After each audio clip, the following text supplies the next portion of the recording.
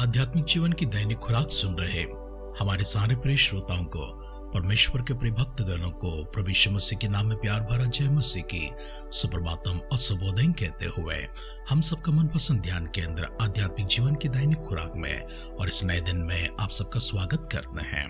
हमारी अध्ययन एस्तर की ग्रंथ में चल रही है, लेकिन इसके पहले अध्याय में जाकर उसके शब्दों को पठन करते हुए उसके विवरण में जाने से पहले एस्तर की ग्रंथ क्यों लिखा गया है, किस प्रकार से एस्तर की ग्रंथ अस्तित्व में आती है और कैसे वो परमेश्वर के शासन में अपने स्थान को प्राप्त करती है, हम इसकी पृष्ठभूमि को अध्ययन करते हुए उसे समझने के लिए कोशिश करेंगे। सबसे पहली बात एक राजा की कहानी है। इन्हें राजा कहने से अच्छा तो सम्राट कह सकते हैं, क्योंकि वो कोई छोटा सा राजा नहीं था, साधारण सा राजा नहीं था, एकमात्र देश का राजा नहीं था, ऐसे कोई छोटे से मुल्क का राजा या फिर वजीर तो नहीं था, परंतु वो तो पूरे 127 ऐसे देशों के ऊपर अपनी हुकूमत रखता था। इतना बड़ा सम्राट था, इतना बड़ा योद्धा था, इतना महान था, इतना पराक्रमी था।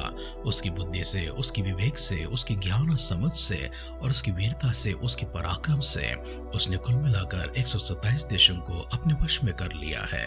केवल इतना ही नहीं, वो यहाँ से संतुष्ट नहीं था, उसकी चाहत तो थी कि और भी देशों के ऊपर चढ़ाई करे, उन सबको भी अपने अधीन कर ले, अपने वश में कर ले, अपने साम्राज्य में उन्हें भी शामिल कर ले। राजा की कोशिश नाकाम तो नहीं होती है, लेकिन राजा के जीवन में एक ऐसी कमजोरी आती है, एक ऐसी समस्या आती है जिस कारण से राजा को कुछ समय के लिए विराम लेना पड़ता है। उसकी सोच साम्राज्य के ऊपर से हट जाती है, उसकी सोच युद्ध के ऊपर से हट जाती है, उसकी सोच अपने राज्य का विस्तार करने से हट जाती है, वरन उसकी सोच तो अपने ही परिवार के ऊपर होती है, खासकर उसकी पत्नी के ऊपर होती है। इतने साम्राज्यों को पाने के बाद, इतने धन दौलत को पाने के बाद, इतने ऐश्वर्य को प्राप्त करने के बाद, उन सब का प्रदर्शन करते हुए राजा एक बार सभी को दावत पे बुलाते हैं, और दावत कोई छोटी सी नहीं होती है, बहुत बड़ी दावत होती है। उस दावत के दौरान राजा ने तो अपना सारा साम्राज्य और अपना सारा धनागार सबके सामने खुला रख दिया था। उन्होंने किस प्रकार के धन को कमाया है उसका भी उन्होंने प्रदर्शनी में रख दिया था। साथ ही साथ वे चाहते हैं कि उनकी जो पत्नी है, जो बहुत ही खूबसूरत है, उस पत्नी को भी सभी के सामने पेश किया जाए, खासकर उन राजाओं के सामने, राजकुमारों के सामने पेश किया जाए, अपने अतिथियों के सामने पेश किया जाए, अपने मित्रों के सामने उनको बुलाया जाए, ताकि वे सब देख सके और जान सके कि राजा के पास केवल ऐश्वर्य नहीं है, राजा के पास इतना बड़ा साम्राज्य नहीं है, परंतु राजा के पास उनकी खूबसूरत पत्नी भी है, जिनकी खूबसूरती के सामने या फिर उनके मुकाबले कोई और खड़ा नहीं हो सकते हैं। इसलिए राजा ने चाहा है कि अपनी पत्नी को भी बुलाए और सभी के सामने उन्हें भी प्रस्तुत करे, परंतु रानी इनकार कर देती है। जब रानी इनकार करती है तो राजा का सबके सामने अपमान हो जाता है। इस अपमान के कारण से राजा को कुछ समय अपने कार्यों से और अपनी जिम्मेदारियों से या फिर अपने बल से, अपनी सामर्थ से, अपनी ताकत से, अपनी सोच से बड़े काम करने से विराम लेना पड़ता है।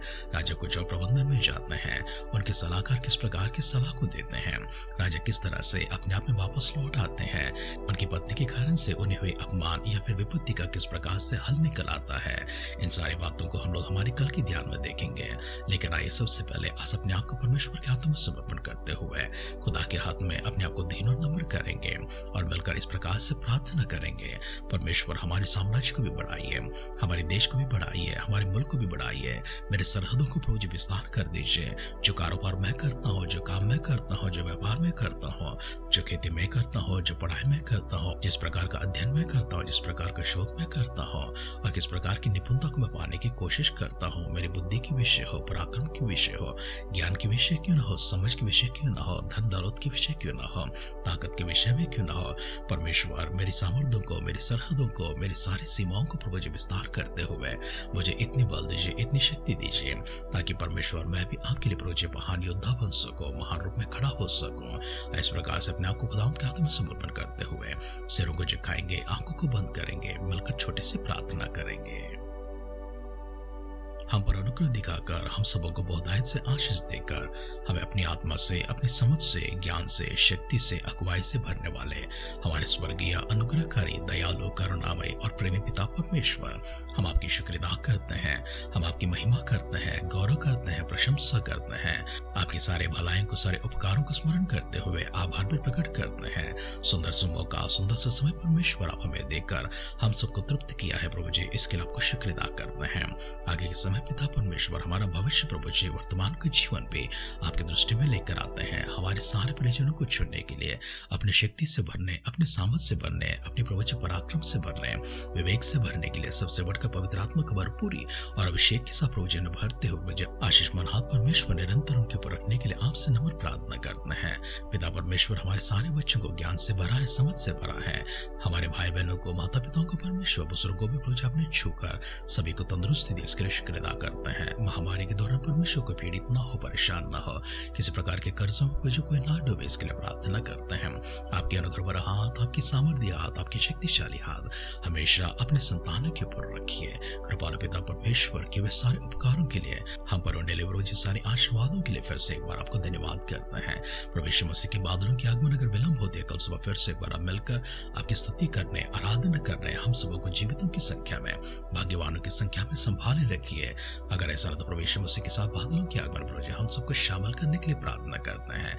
प्रार्थना को सुनकर पिता परमेश्वर आपने हम सबको देवोत्तर के लिए धन्यवाद करते हुए हमारे उद्धारकर्ता हमारे प्रभु यीशु मसीह के नाम से इस प्रार्थना को मांगते हैं। सुन और कबूल कर पिता। आमेन, आमेन, आमेन। परमेश्वर के सानिध्य में भेजी गई कोई भी प्रार्थना निष्फल नहीं होती है, बेकार नहीं होती है, नाकाम नहीं होती है, व्यर्थ नहीं होती है, वरन अपने उत्तर को लेकर अपने समय पर हम तक पहुंच जाती है। विश्वास में आप स्थिर खड़े होते रहे, प्रार्थनाएं करते रहे, परमेश्वर से मांगते रहे, उनकी ओर से आशीर्वादों को प्राप्त करते रहे। सर्वशक्तिमान परमेश्वर हमेशा अपनी आशीषमान हाथ आपके पर बरकरार रखे। हमारी सी दुआ और कामना के साथ आज की ध्यान की पर समाप्त करते हैं। आप सुनते रहिए, सुनाते रहिए आध्यात्मिक जीवन की दैनिक खुराक। कल फिर मिलेंगे। अपना ख्याल रखिए, अपनों का ख्याल रखिए, दूसरों का भी ख्याल रखिए। God bless you.